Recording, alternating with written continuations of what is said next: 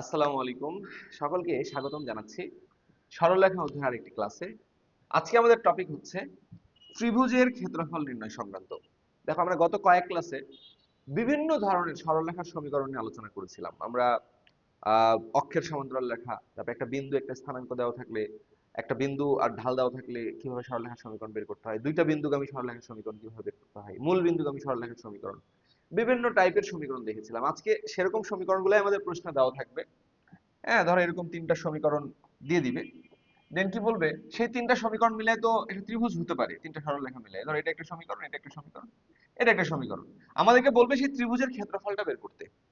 দেখো, আমরা আবার এটাও জানি ত্রিভুজের তিনটা শীর্ষবিন্দু জানা থাকলে ক্ষেত্রফল যে হাফ লিখবো আমরা, তারপরে এই যে x1 y1, x2 y2, x3 y3, এরপরে আবার কি লিখতে হবে, x1 y1। তো আমরা এখানে যেটা করব প্রথমে এই দুইটা রেখার সমীকরণ সমাধান করে এই ছেদ বিন্দুটাকে বের করব। তাহলে একটা ছেদ বিন্দু পেলাম। এটা আর এটাকে সমাধান করে এই ছেদ বিন্দুটা বের করব।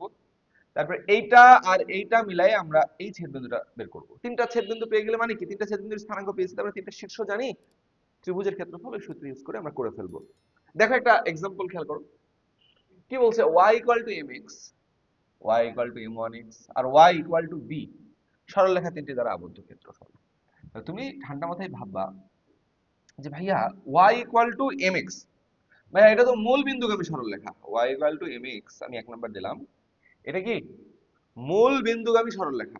তাহলে মূল বিন্দুগামী সরলরেখা কেমন হবে, এই যে মূল বিন্দুগামী, এইটা হচ্ছে কি মূল বিন্দুগামী। এরপরে দুই নাম্বারটা y ইকুয়াল টু m1x, ভাইয়া এটাও তো মূল বিন্দুগামী, তাহলে একই রকম হবে। কিন্তু এখানে ঢালের মানটা একটু আলাদা, এখানে m এখানে m1, তাহলে মান আলাদা, তাহলে একটু কম বেশি হেলে থাকবে। আর প্রশ্নে কিন্তু বলে দিয়েছে m1 টা m এর থেকে বড়। তাহলে m1 বড় মানে এই রেখার ঢালটা কি বেশি, ঢাল বেশি মানে বেশি খাড়া হবে।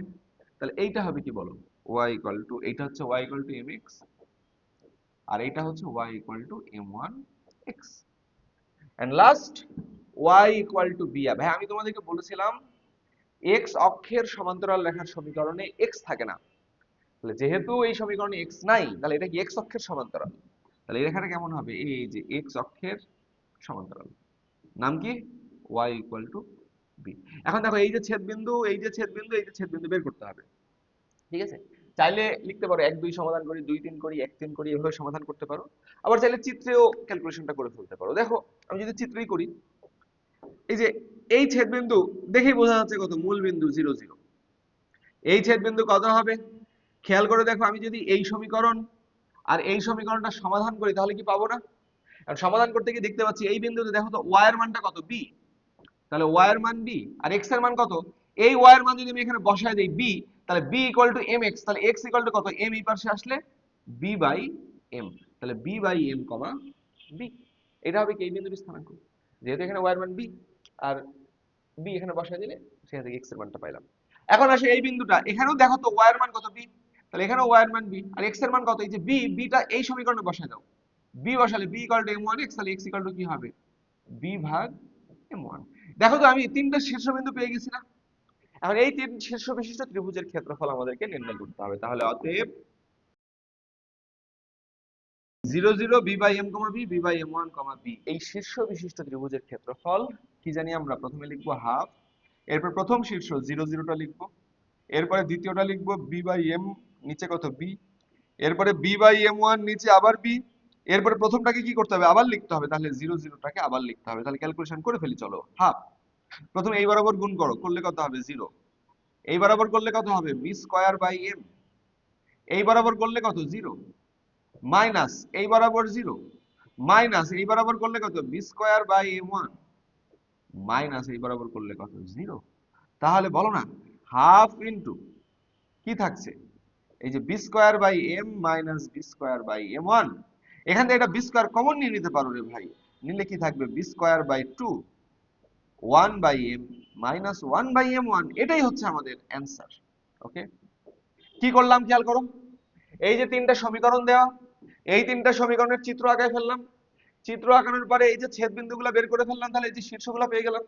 তাহলে এই শীর্ষ বিশিষ্ট ত্রিভুজের ক্ষেত্রফল হাফ ইনটু এই সূত্র আমরা তো জানি, এই যে এই সূত্রটা ইউজ করে আমি ত্রিভুজের ক্ষেত্রফলটা বের করে ফেললাম। ওকে, আশা করছি সবাই এটা বুঝেছো।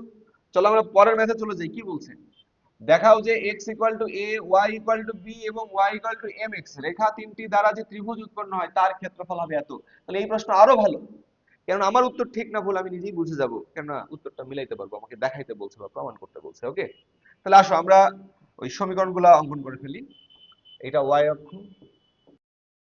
এবারে আসো, প্রথমটা কি বলছে, x ইকুয়াল টু a, এটাকে দিলাম 1 নাম্বার। এখন তোমরা বলো x ইকুয়াল টু a, এটা কি y অক্ষের সমান্তরাল লেখার সমীকরণ না? আমি তোমাদেরকে শিখাই নাই y অক্ষের সমান্তরাল লেখার সমীকরণে y থাকে না, এখানে কি y আছে?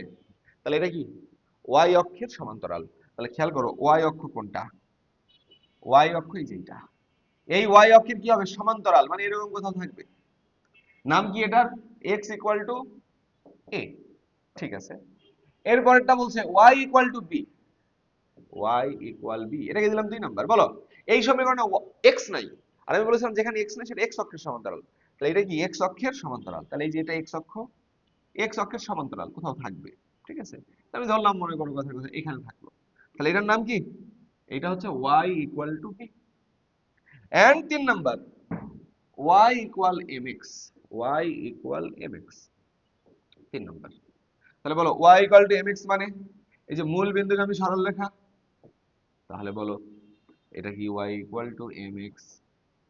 এখন বলো তো এই যে একটা ছেদ বিন্দু, আরেকটা ছেদ বিন্দু, আরেকটা ছেদ বিন্দু আছে না, তাহলে এই তিনটা ছেদ বিন্দু আগে বের করতে হবে, তারপরে ত্রিভুজের ক্ষেত্রফলটা নির্ণয় করতে হবে। এখন ছেদ বিন্দুটা কিভাবে বের করব, প্রথমে তুমি 1 আর 2 সমাধান করো, তারপরে 2 আর 3, এরপরে 1 আর 3। তাহলে খেয়াল করো 1 আর 2 যদি সমাধান করি, তাহলে আমি ওইভাবে না করে আমি জাস্ট চিত্রে করে ফেলি, কেননা এত বড় করে আপাতত করতে যাচ্ছি না। তোমার পরীক্ষার খাতায় করবা যে 1 ও 2 নং সমাধান করে পাই ছেদ বিন্দুর নাম দিয়ে দিবা এত, 2 3 সমাধান, 1 3 সমাধান করে লিখে ফেলবা। তো দেখো আমরা যদি এখানে সমাধান করি, এই যে আমি যখন এই বিন্দুটা বের করতে যাব, এই বিন্দুতে দেখো তো এখানে y এর মান কত, এই বিন্দুতে y এর মান b, y এর মান b, x এর মান কত, এটা কিন্তু এইটা আর এইটা সমাধান করলে পাবো। তাহলে এই y এর মান b, এই যে এই রেখায় বসায় দাও, b ইকুয়াল টু mx, তাহলে x ইকুয়াল টু কত, b বাই m।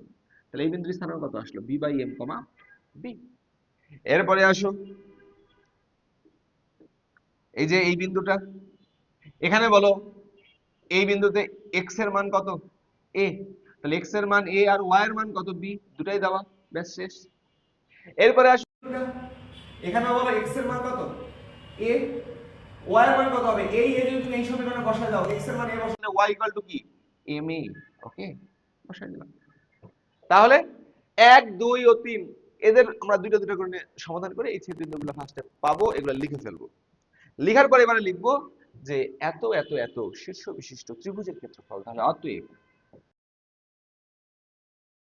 তাহলে এত এত এত শীর্ষ বিশিষ্ট ত্রিভুজের ক্ষেত্রফল কত হবে, প্রথমে লিখবা হাফ, এরপরে কি লিখবা, এই প্রথমটা লিখবা b বাই m, নিচে কত b, তারপরে ab, তারপরে a আর ma, এরপরে আবার কি লিখতে হবে, সেই প্রথমটাকে আবার লিখতে হবে, লিখে ফেললাম। এবারে আমরা কি করব, ক্যালকুলেশন, তাহলে হাফ, এবারে এই বরাবর গুণ করব আর যোগ করব, তারপরে এই বরাবর গুণ করব আর বিয়োগ করব।